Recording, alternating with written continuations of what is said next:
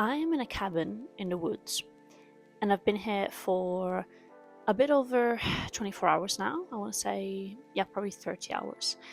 It was very hard to get here, probably one of the hardest physical challenges I've had to endure. However, I then got to this little paradise. As you can see, the views are just stunning, honestly. Next to me, like on both sides, is just amazing. I've just come back from a 2-hour walk in the field and with no phone. I decided to film this video because I'm really feeling inspired. I don't know, it's challenging to spend time on your own without any sort of distraction, really. Of course, I have books. I have a ton of books. You're standing now on a pile of amazing books that I brought with me, and some of them were in the cabin as well. But it is a different type of challenge in this day and age to disconnect completely, not speak with anyone. I'm here solo. You can come with someone else. You can come with a partner or a friend if you want, but I'm here by myself. And it's just a different type of challenge. And just going for a walk in the field with no distractions has gotten me so in the moment. And so I know that I've been reflecting a lot on what it means to be financially free for me, what it means to care about money and talk about money the way that I do, because I'm not gonna lie, there is a part of me that thinks, does this even make sense? Like, is this a topic that you should be spending so much time thinking about and talking about? Is that not too materialistic? Is that not too shallow? I don't know, all these like thoughts that could come up and be in my brain. And these are questions that I get challenged on, and I challenge myself on as well. And I think in this talk, it's just really reminded me of, as cheesy as that sounds, but like, what matters in life, and how financial freedom doesn't mean having a Rolex and having a Bugatti and, I don't know, vacationing in the Caribbean. It really doesn't, and it can mean that if you want it to mean that. But for most people, I think what truly would bring joy and freedom is if we were able to afford a life that is simple, that allows us to, for example, live on our own terms, live on our own schedules, care for others, care for each other, bring each other snacks, and do maybe a grocery run for someone that we care. And I was thinking about it also because yesterday, after a few hours that I finally found the cabin, I showered, I made lunch and everything. A lovely lady that lives on the estate knocked on my door, which you might imagine it was terrifying, being in the middle of a storm in this like cabin in the middle of nowhere by myself. But then I peeked through this window, managed to see who that was this lovely lady, and she has just come by because she knew that someone was coming to this cabin, which is on her kind of estate, or like the one that she helps supervise. And she was concerned for this, whoever this person was, because they knew that the weather was absolutely terrible. And yeah, so she just came, brought with her a pie that she baked, and to me, that simple gesture of kindness was basically the epitome of a rich life. She's someone that doesn't work a 9 to 5, clearly, because she lives in the middle of nowhere, so does not work a 9 to 5, has the freedom to be kind, has the freedom to extend this kindness to others, and be generous with her time, money, or rather be generous with her time and attentions and caring. And I think, to me, this is what we need to redefine wealth as. And I know that some people are doing this, but this is ultimately what I also aspire to help others do. So not just like compound their wealth indefinitely. And I read that Elon Musk's network is predicted to grow to $600 billion in the next, I don't know when, few months, I presume. This is just, what are we doing? Like, genuinely, what are we doing where like one person can amass that kind of wealth? But it's not even just that one person. I think that any billionaire is unethical. Like, billionaires shouldn't exist. Even multi-millionaires, I guess, then it begs the question of where do we draw the line, right? But I don't know, to me the line, I think we draw the line at, I don't know, 200 millions. Like, who needs, like, 200 millions is already an obscene amount of money to set you up and your daughters, your children's children for forever, basically, if invested in the correct way. And so all of this to say is that that's what I want to do with my YouTube and my coaching, my personal finance coaching that I'm now doing. Which, by the way, shameless plug, but if you'd like to have a free discovery call with me where we talk about your future plans, help you gain understanding of what you really want out of this life financially and how to get there, then I'm offering a few 30-minute slots. I'll pop a link below to my Calendly so you can book it. But back on topic, this is what I want to be doing. I want to be helping people achieve their own definition of wealth, of richness, so much so that they can afford to be generous, they can afford to be kind, and they can unabashedly give to the next person. And of course, we can and we should start doing that before we reach our end goal, net worth or whatever we choose to measure that goal.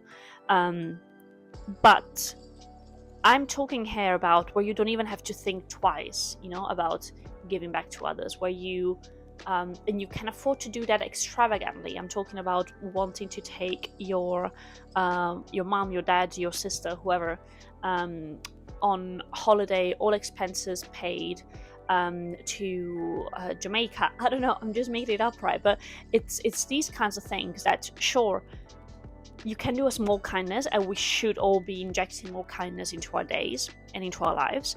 But I want to give people the ability to be extravagantly kind, extravagantly caring for the people that they love and for the people that they don't know that still need help.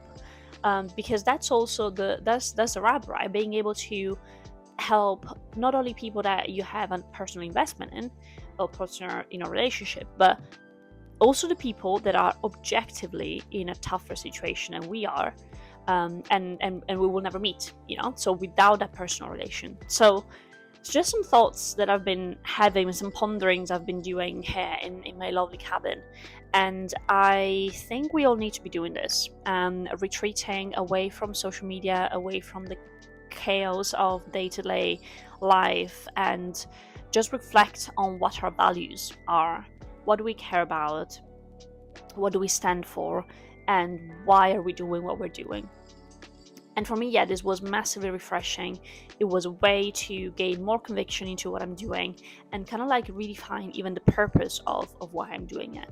I'm on YouTube to share knowledge, to make finance accessible, personal finance accessible to pretty much anyone, so that they can set up a better future for themselves with the money that they already have, right? So why not make it work in a better, more efficient way?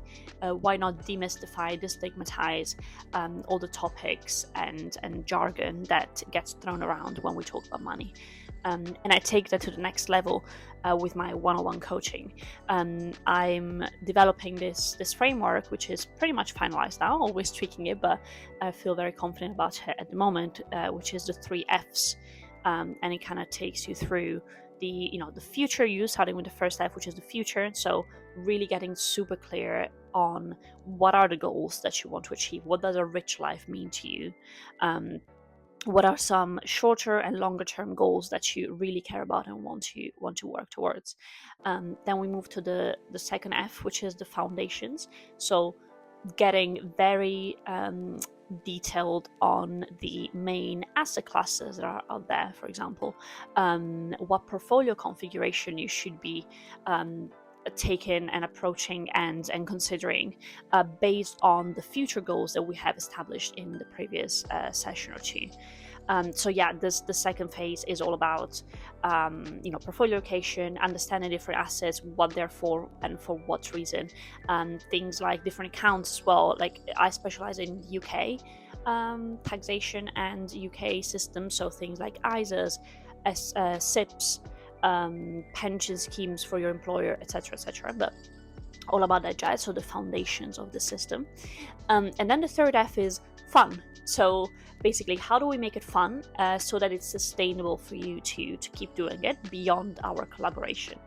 And so, yeah, this is where it gets very, very practical. This is where we establish an automated routine for investing, for saving. We open the accounts that need to be open. We establish a routine for weekly, monthly, quarterly, bi-yearly, and yearly checks. It sounds like a lot, but it's really not that much once you have a system for it. I share trackers that I have for monthly budgeting, daily expenses, net worth calculator, etc.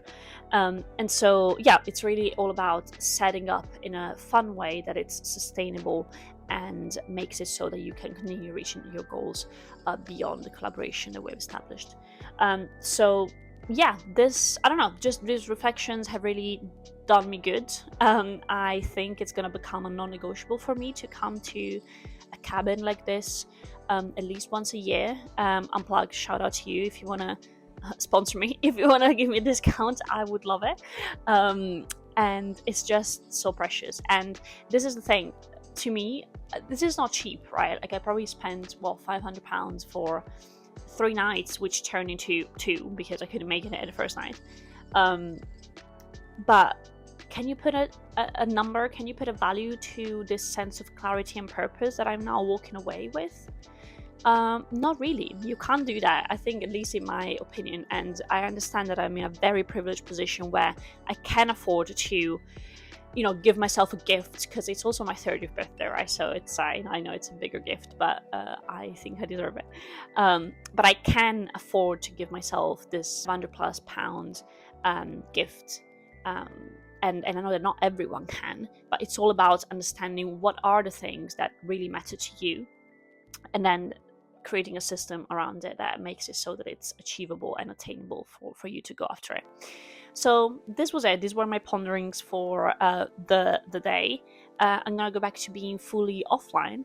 I'm still offline, but I had to bring out my phone to film this. I felt very inspired. I wasn't planning on doing it, and as you can tell, very much an unscripted kind of video. So I'm gonna turn off my phone again and be immersed for another 24 hours before I have to make my way back to London, unfortunately, tomorrow. But this has been refreshing, and if you can at all gift yourself something like this, then definitely consider doing it. But until next time, bye bye.